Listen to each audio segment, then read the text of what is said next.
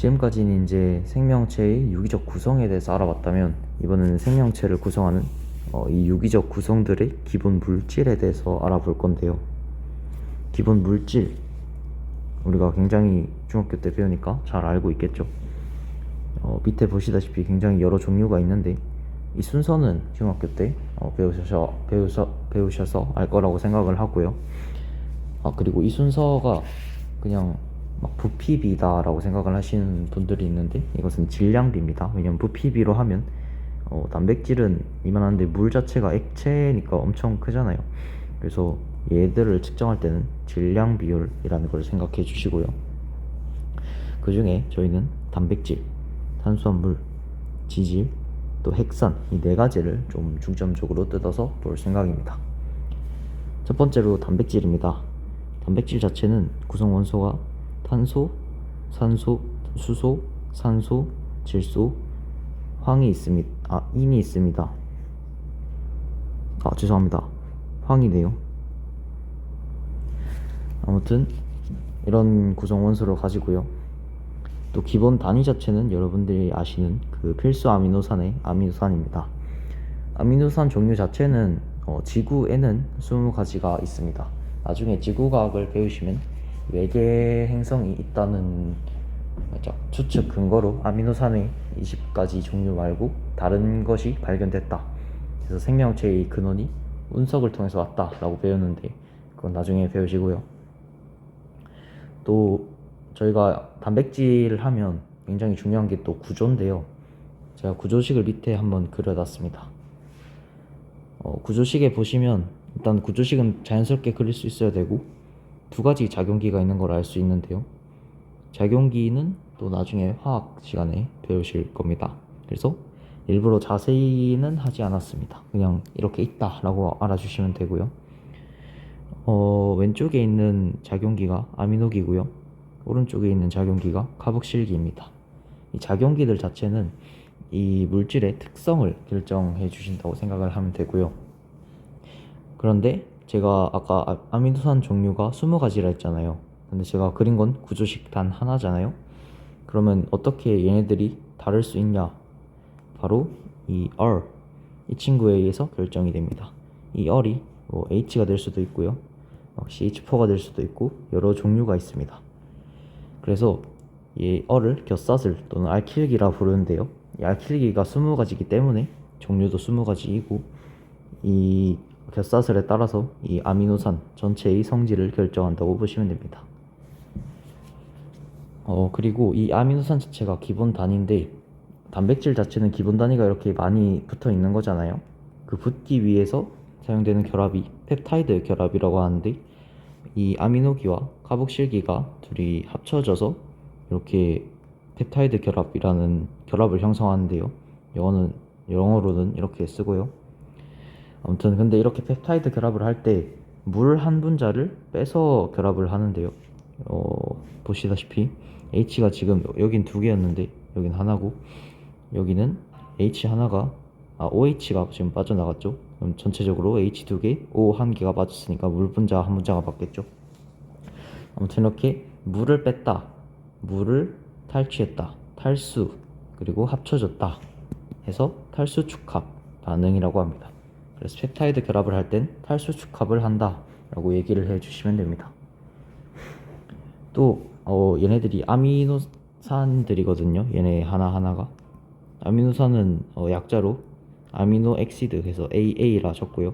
아무튼 전부 다 AA 하나들인데, 이 아미노산의 종류, 개수, 배열 순서에 따라서 단백질의 종류와 기능이 달라집니다. 이게 무슨 소리냐? 지금 AA가 1, 2, 3, 4에서 N까지 있잖아요. 근데 얘네들이 그냥 1, 2, 3 이렇게 있을 수도 있고, 아니면 4까지 있을 수도 있고, 아무튼 이렇게 만들어진 단백질은 전부 다 다른 거죠.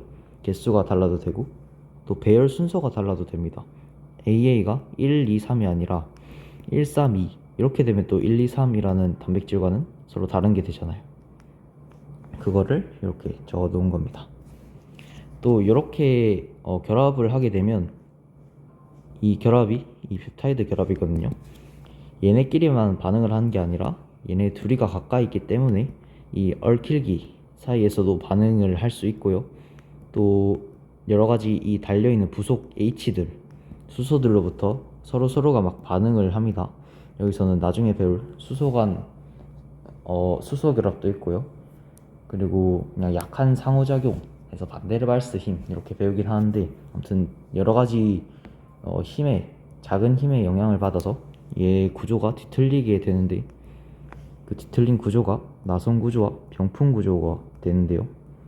이건 자세히는 나중에 전공서를 보든지 아니면 수업 때 나가시길 바랍니다. 아무튼 그냥 휜 구조라고 생각하시면 됩니다. 기능에는 효소, 호르몬, 항체, 헤모글로빈의 주 성분인데요. 얘들은 어떤 역할을 하시는지 알고 있죠? 하지만 혹시나 모르시는 분이 있을까봐 옆에다 적어놨습니다. 그리고 또 몸을 구성합니다. 또 에너지원으로 사용되겠죠. 4kcal/g. 또 중요한 게 생체막의 구성 성분이 됩니다. 또 특징이 있습니다. 특징은 당연히 온도와 pH에 따라서 매우 민감하겠죠. 그래서 온도가 굉장히 높으면 단백질이 변성돼서 입체 구조가 바뀔 수 있다 라고 하잖아요. 그 말이 단백질이 파괴된다는 겁니다. 비가역적, 다시 돌아오지 않는다 라는 말입니다. 두 번째로 볼 친구라고 해야 되나? 두 번째로 볼 기본 물질은요, 탄수화물입니다. 탄수화물 자체의 구성 원소는 탄소, 수소, 산소가 있는데, 얘네들이 결합할 때 항상 1대 2대 1의 비율을 가진다고 합니다. 그래서 얘가 포도당인데, 포도당의 분자식을 보면 1대 2대 1인 걸 알 수 있습니다. 또한 기본 단위가 얘는 단당류라고 하는 애인데요. 그냥 단당류인데, 얘네 단당류가 두 개가 합쳐지면 얘를 이당류라 부르고요.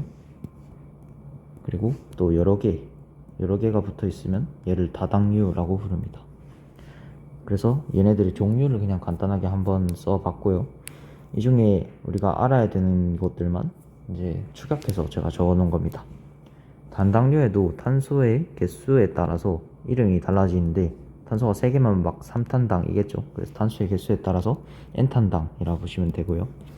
5탄당의 종류에는 나중에 핵산에서 할 거지만 리보스와 디옥시리보스가 있습니다.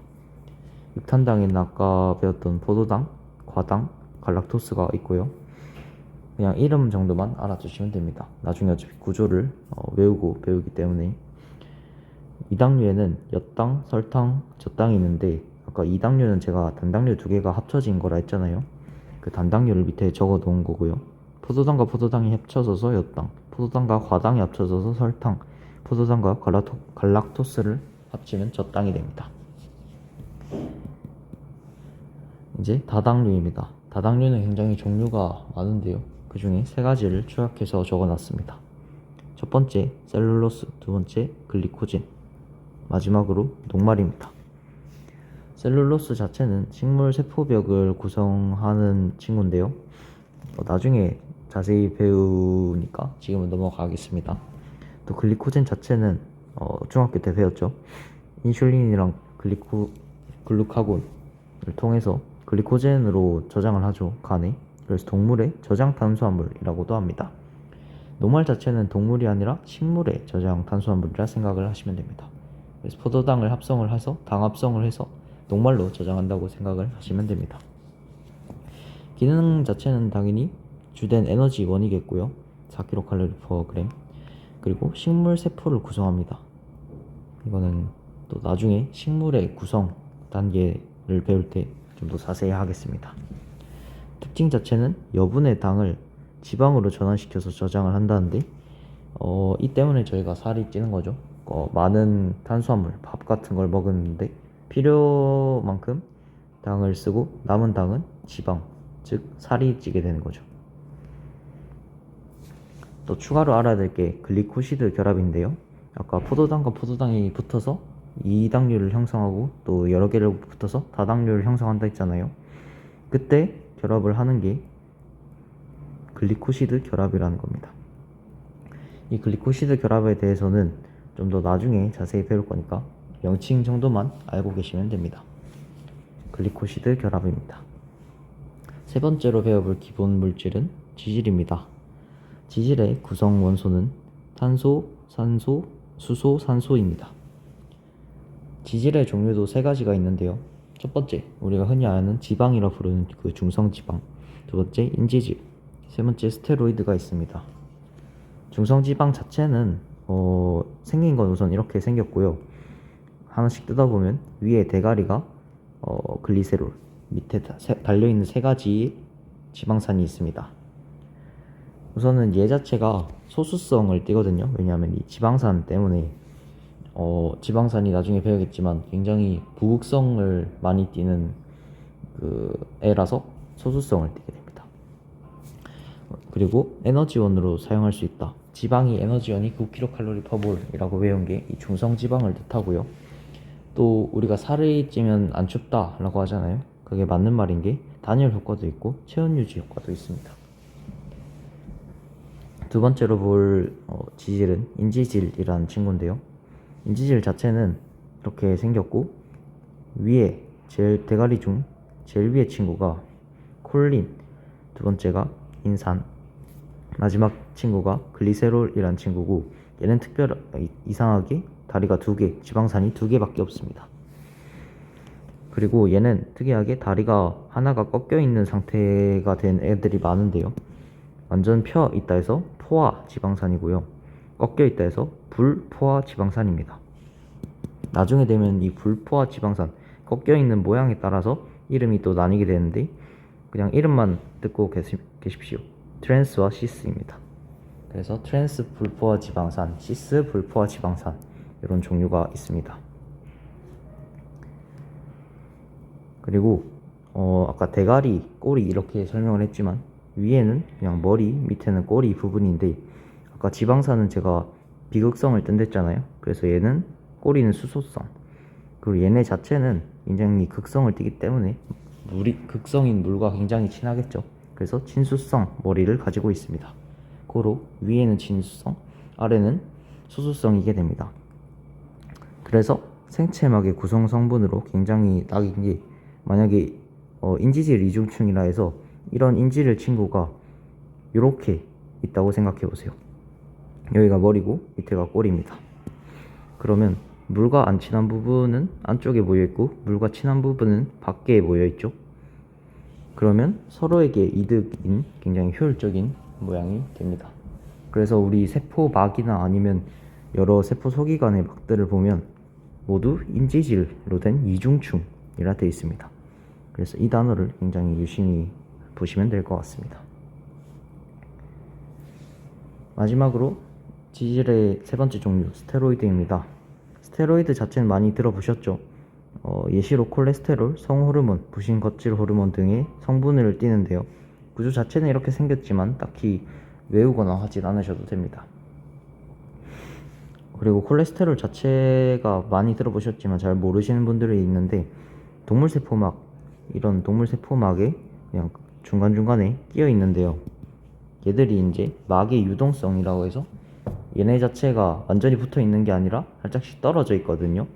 그래서 얘네 중간에 끼면서 이 떨어지는 거를 막거나 아니면 얘네가 빠져나가면서 좀 더 많이 떨어지거나 그거를 결정한다 해서 막의 유동성을 조절한다 라고 표현을 해 놓은 겁니다.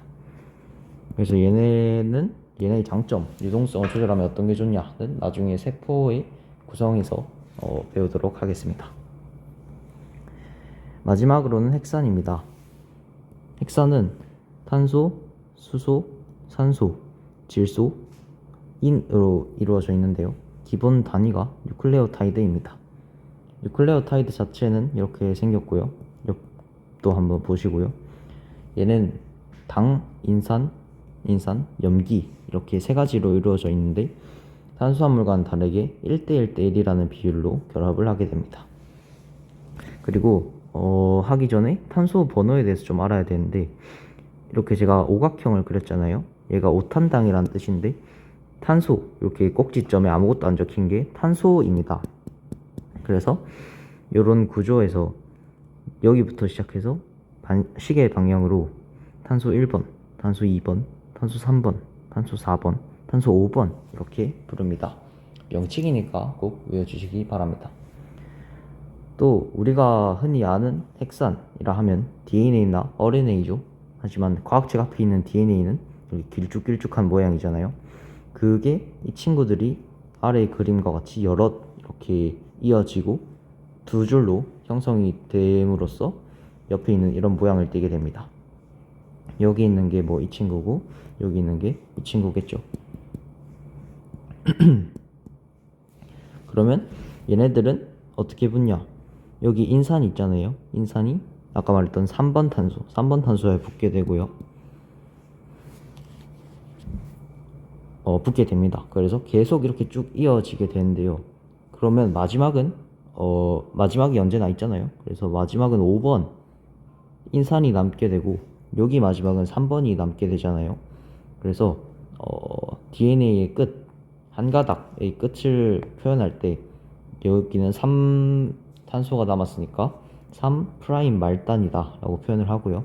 또 요 위에는 인산이 남았는데 인산 바로 밑에 있는 탄소가 5번 탄소거든요. 그래서 5' 말단이라고 합니다. 또 옆에도 보시면 똑같겠죠. 인산이 있는데 인산 바로 밑에 탄소가 5번이니까 5' 말단. 여기는 3번 탄소가 남으니까 3' 말단이라고 생각을 하시면 됩니다. 또 마지막으로 이렇게 두 가지 가닥이 이어져 있잖아요. 그래서 역평행 구조라고도 하는데 일단 당연히 반대로 돼 있으니까 역평행 구조인데 얘네 두 개가 연결돼 있는 게 염기끼리가 연결돼 있는 거거든요. 염기끼리 수소 결합이라는 결합을 하는데 염기의 종류도 또 굉장히 여러 개가 있습니다. DNA 같은 경우는 AGCT, RNA 같은 경우는 AGCU가 있는데 이 염기 종류에 따라 붙을 수 있는 염기도 따로 정해져 있고 또 그 따로 정해져 있는 염기끼리의 결합 개수도 다릅니다. 그래서 이중 결합을 한 친구들도 있고 삼중 결합을 한 친구들도 있습니다. 이는 나중에 좀 더 자세히 배우시길 바랍니다. 그리고 이제 마지막으로 종류에 대해서 언급하고 마치도록 하겠습니다. 종류는 아까 말했듯이 DNA, RNA가 있고 DNA는 우리가 흔히 아는 이렇게 생긴 모양, RNA는 이렇게 생긴 모양에서 딱 한 가닥을 말하죠. 그리고 DNA의 당은 아까 앞에서 말했던 5탄당인 디옥시리보스, RNA는 리보스인데 둘이 차이가 뭐냐? 얘가 리보스이고 얘가 디옥시리보스거든요. 글자는 비슷한데 DNA 앞에 디옥시가 있잖아요. 디옥시라는 게 산소 하나가 없다는 뜻이에요. 여기 2번 탄소 자리를 잘 보면 산소는 얘가 있죠. 근데 디옥시리보스는 산소 하나가 없죠. 그래서 디옥시리보스입니다. 산소 하나가 없는 이유는 보다 안정적인 구조를 형성하기 위해서인데 이는 나중에 배우니까 일단 H 하나만 있는 게 안정적이다 라고 생각하시면 됩니다. 염기 종류는 아까 말했듯이 DNA가 AGCT, RNA가 AGCU입니다. 알파벳으로 부르면 안 되고 원래 이름이 다 있지만 나중에 배우니까 언급하도록 하겠습니다. 구조 자체는 두 줄인데 얘는 이중 나선이라 부르고 한 줄이니까 단일 사슬이라고 부릅니다. 마지막으로 기능입니다. 기능 자체는 DNA가 유전 정보를 저장한다고 많이 알고 있죠. 하지만 RNA는 이러한 유전 정보를 전달해 줄 뿐만 아니라 단백질 형성에도 관여합니다. 그래서 나중에 되면 RNA 종류에 대해서 막 mRNA, tRNA, rRNA 등등을 배울 건데 이 기능에 따라서 이름이 많이 나눠지니까 이것도 나중에 꼭 외우셔야 합니다. 그리고 하나 설명하지 않은 게 있는데 당인산 골격이라고 해서 염기끼리 아까 연결되어 있다고 했잖아요. 이 연결되어 있는 부분 빼고 이 당과 인산을 묶어서 당인산 골격이라고 하고 얘가 우리가 DNA를 그릴 때 이 부분이 되는 겁니다. 그래서 얘가 당인산 골격이다. 그리고 얘는 염기끼리의 수소 결합을 표현한 것이다 라고 생각을 해주시면 됩니다. 이렇게 해서 생물의 구성 파트의 제일 첫 번째 쏟아놓은 생물의 구성 세포의 특성 파트의 생물의 구성이란 파트를 마무리하게 됐는데요. 조금 시간이 길게 됐는데 암기 파트라서 어쩔 수 없다고 생각을 하고 무작정 외우지 말고 이해를 하고 차근차근 습득해 나가면서 외우셨으면 좋겠습니다. 감사합니다.